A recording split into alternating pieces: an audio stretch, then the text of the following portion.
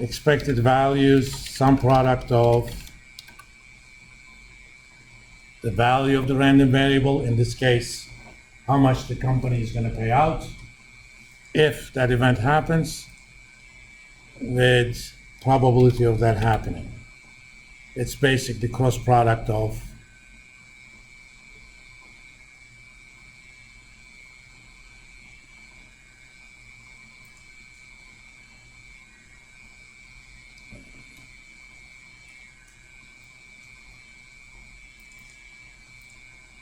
I'm gonna make that black and white.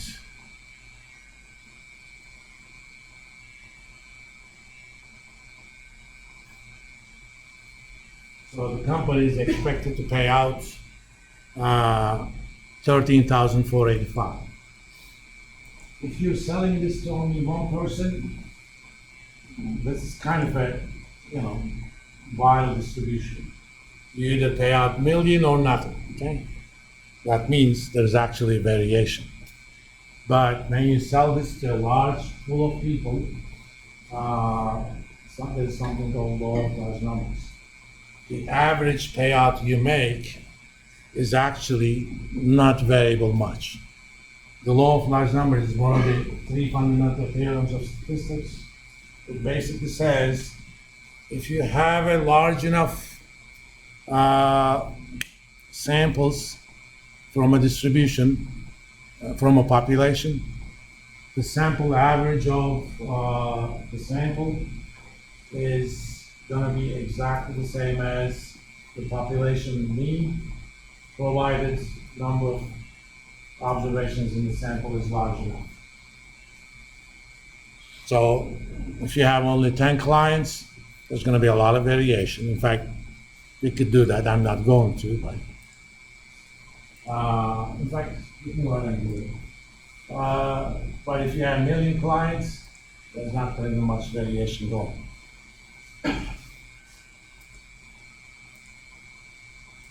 We could actually calculate the risk. And that's the population standard deviation, so I'm going to calculate the variance first. Variance of a distribution can be calculated as expected value of the squares minus square of the expected value. And I'm going to calculate the expected value of squares using a very ingenious way in Excel. I'm going to use some product. The nice thing about some product, it is not limited to only two arguments. I may have 5 columns, and I could say, for each row, multiply all the elements of the columns, find the product, and add those up. So in this case, I'm going to take these amounts, comma, take those amounts again, comma, with the probability. That means I calculated the expected value of the squares of the cash flow. From that, I'm going to deduct the square of the expected value. That's the variance, but the units of that is not the same as the random variable, so I'm going to take the square root, which is simply square root of variance.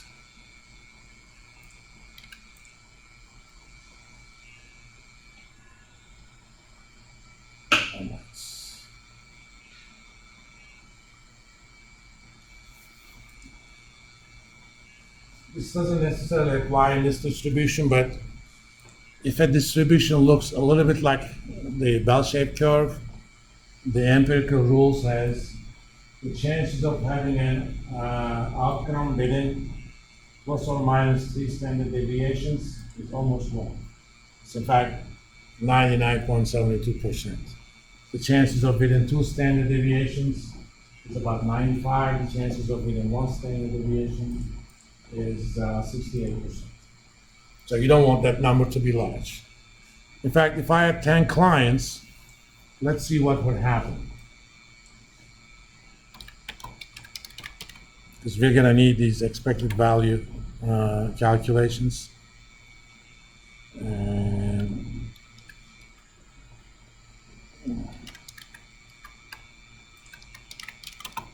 clients who die, 0, 1,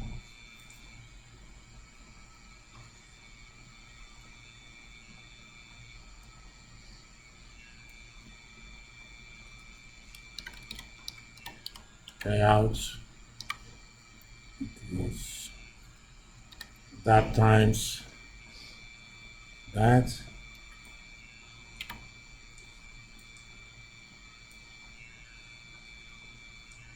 I'm going to do the average divided by 10.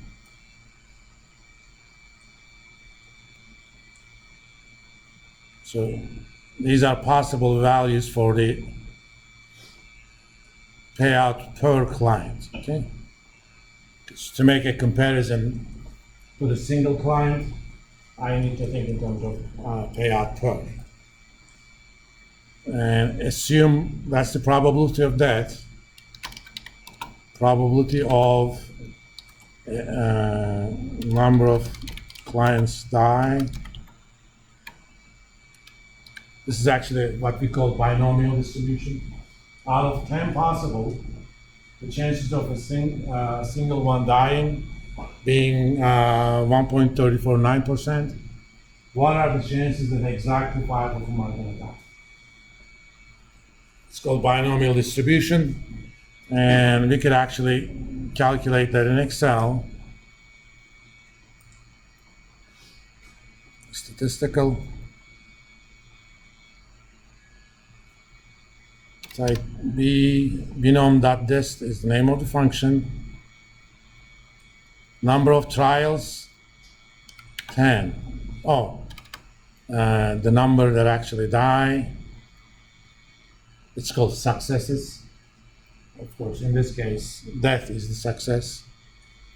Trials is 10. Probability is that, and I'm going to make that F4.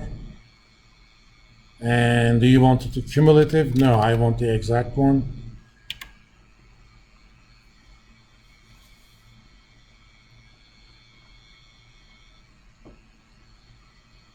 So if you have 10 clients, the chances that none of them will die within a year, given that that probability is 87%. Calculated for all of them. What's going on?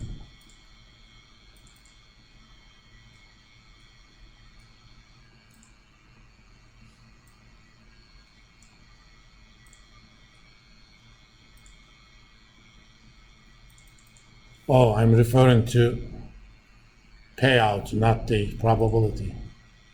So it should be C. If you're in doubt on any cell that contains a formula, double click on that. It shows you the cells on which the formula depends, provided it's in the visible range. Okay? If it's outside of that, obviously you don't see it. And that's one of the reasons I do this zoom in and out. Sometimes if I have a big enough thing, I want to be able to see those things.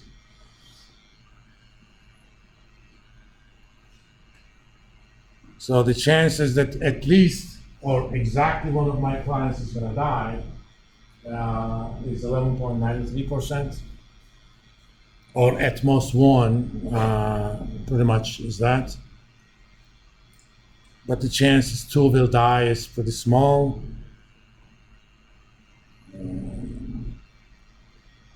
Let me check one thing.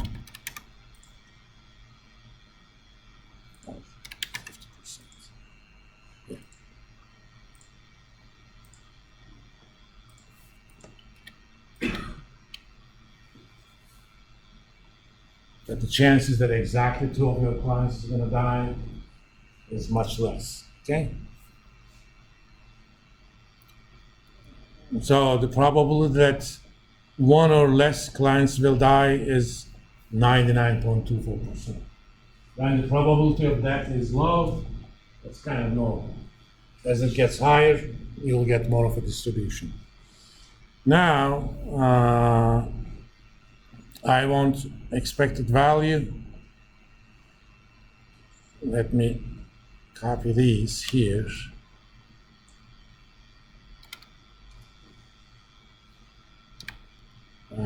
Sum product of the payouts, it doesn't matter in what order you do, times probability of exactly that happening.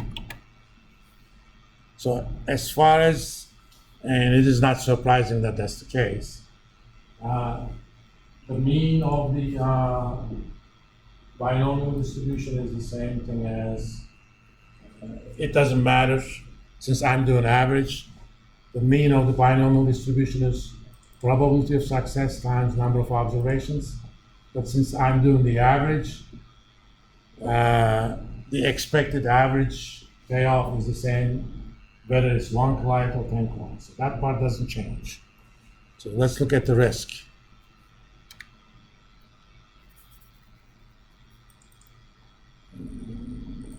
Let's see.